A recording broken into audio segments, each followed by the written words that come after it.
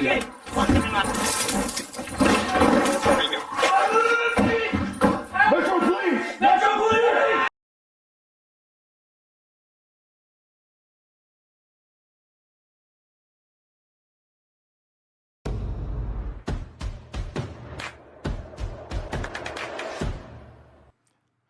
welcome to another episode of Car to Car. I'm Ramon. And hi, I'm Dana. And today we will discuss what can you learn from watching, what can officers learn from watching body cam video. Ramon, what are your thoughts?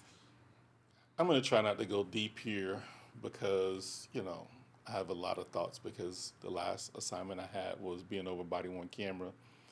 But I would say that this is one of those areas that is one of the best Monday morning quarterback opportunities that police departments have, that police officers have, and we should use it. I think instead of looking at it negatively, we have to look at the positive side of what comes with being able to play back from a position of our own individual footage. We usually get footage from the media, from citizens, from different cameras and things of that nature. But this is our opportunity to hear ourselves and see ourselves. Although the body worn camera only shows you just a short window, depending on where the officer has it on their body, you can't see all threats, you can't see all activity, but it does give you a really nice vantage point of the officer as they're looking in that particular direction. So I think it's a great opportunity for officers to go back and look and see where they could have done better as far as seeing when a threat happened, when a situation started to escalate, when they could have just made some different decisions to see how could I have handled this call better. I think it's an opportunity for the individual police officer, for the supervisors to say, okay, let me take a look at what my officers are doing.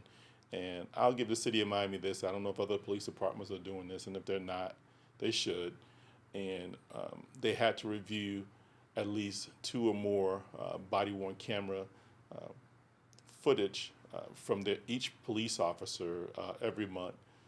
Two may not sound like a lot, but it does at least give you a window into the actions of your officers as they're doing their job. Yeah. And it allows you to catch some things before there's a complaint or an incident. So that's a proactive stance. And I just want to refer to my notes because the way I feel about the looking at body cams, it gives you a short answer, what to do, what not to do. As you say, a reflective look on yourself, other officers. So some of the things that you can glean from there, and this list is just kind of like all over the place, but you get the idea. In all incidents, you can learn tactics, communication, body language, location of the encounter, time of the day, what the suspect was wearing, whether it was heavy clothes, light clothes, to assess if you have to use, say, your taser. Will it be more effective with light clothes or heavy clothes? You want to make sure where you're standing, the number of suspects, thinking about how you're going to handle that. If you have to hold it down until your backup arrives, you're looking for cover in the event that something goes awry, whether it's an isolated location, a busy location, because obviously if you use a force, you have to worry about your backstop and just different people who can get injured in there. The way you approach the car, if the car has tinted windows, the doorways, windows, defensive tactics, if a person has mental illness, also the body language of the suspect. You can see ahead of time, a lot of times before the person runs or before their fight or they're balling up the fist, just different things you get to look at that you may not have paid attention to while you were actively in the scene, and so that you can train your mind for the next time. And so that is some of the things that I Wow. that you. It's a laundry list. I mean, I saw you was all over the place, but those are the things you, and mind you, officers do this all the time, but you do it quickly in those Yeah. assessments. Yeah. And so just if it's a young officer, just so that when they looking at this, think about it. Athletes look at film to get better, to learn moves and tactics and stuff like that. So officers can do the same thing, and they also can just get better from those. No, I agree. And one thing that I failed to mention that I know that the body cameras that we had, you can in fact actually certain supervisors, not all supervisors, so from assistant chief up, you can go into somebody's body camera and you can look at the situation live.